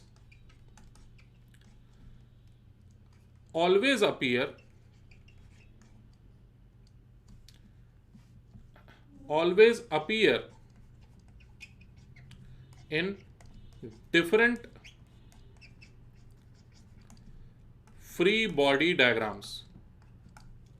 ठीक है ना, दो अलग अलग फ्री बॉडी डायग्राम में ही हमेशा नजर आएंगे आपको एक्शन रिएक्शन पेयर्स। ठीक, तो जितनी बातों को मैं अभी अभी आपको बताया हूं उन सारी बातों को आपको एक साथ याद रखना ही होगा एक आसान से आसान क्वेश्चन को भी सॉल्व करने में, जो अभी मैं जस्ट आपको देने जा रहा हूं। ठीक, क्वेश्चन लिखिए, सिंपल सा क्वेश्चन है, अ टेबल इज एट रेस्ट, नहीं टेबल नहीं, box, a box is at rest on a surface। और ये रहा डायग्राम। सिंपलेस्ट पॉसिबल क्वेश्चन, इससे आसान कोई दूसरा क्वेश्चन हो नहीं सकता इस चैप्टर का, इस टॉपिक का। ये एक बॉक्स है जो कि रखा हुआ है एक सरफेस पर। सरफेस किस चीज का है इसकी जानकारी नहीं है, और इस डायग्राम में ही आप दिखाएंगे कि इस ऑब्जेक्ट का मास है 10 kg का। ठीक है, फिर सवाल यह है, फाइंड नॉर्मल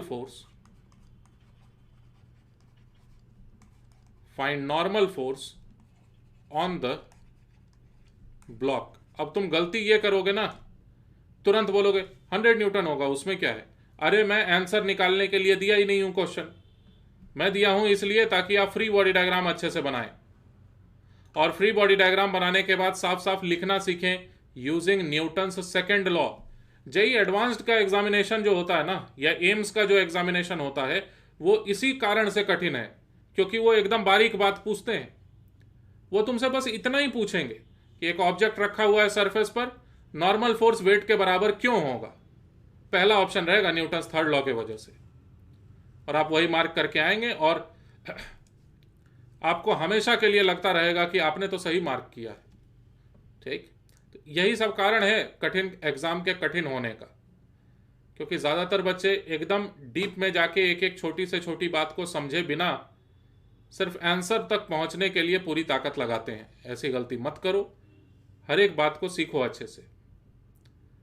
तो आई होप सॉल्व कर लिए होंगे आप।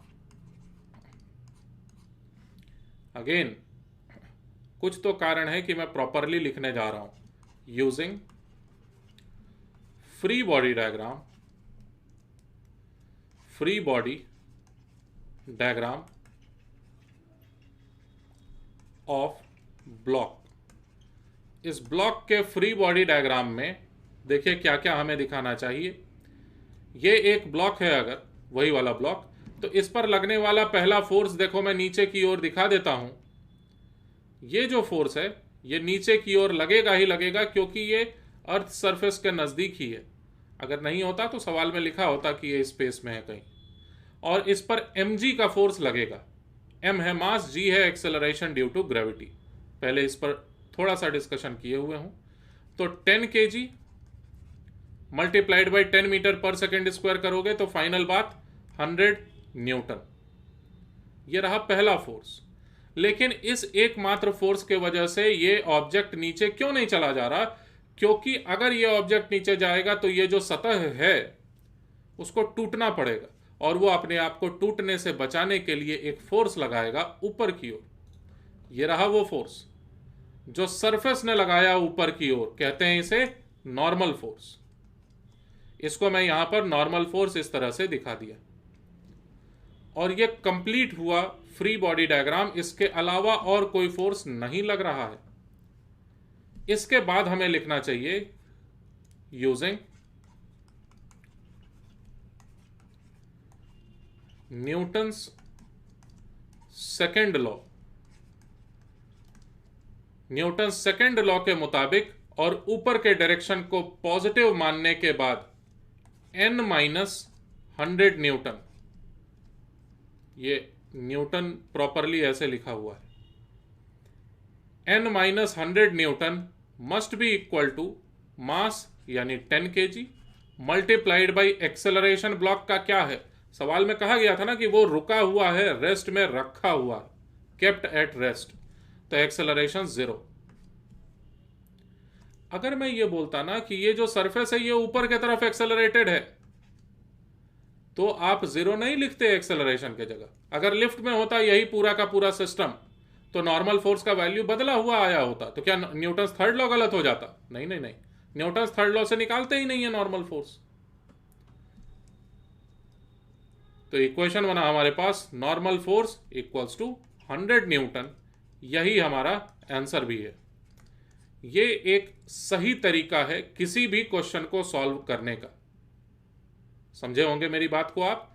और आगे के लेक्चर्स में इतना ज्यादा थियरी बताने के बजाय हम लोग पूरी तरह से फोकस करेंगे क्वेश्चंस पर। हमारे पढ़ाई करने का फिलॉसफी वही सिंपल सा है कि बेस को इतना मजबूत बनाओ, आसान क्वेश्चंस को इतने अच्छे से करो कि कठिन से कठिन क्वेश्चन भी आसान लगने लगे। ये होता है सच में। पौधा जो है ना, वो खिलता तभी है, फूल उसमें जो निकलता है तभी निकलता है जब उसके जड़ में पानी डालते हैं।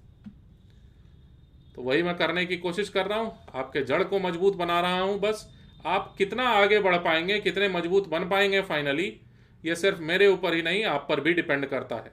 आगे आप समझदार हैं। हम लोग मिलते हैं नेक्स्ट वीडियो लेक्चर में ढेर सारे और न्यूटन्स लॉज ऑफ मोशन पर बेस्ड क्वेश्चंस के साथ।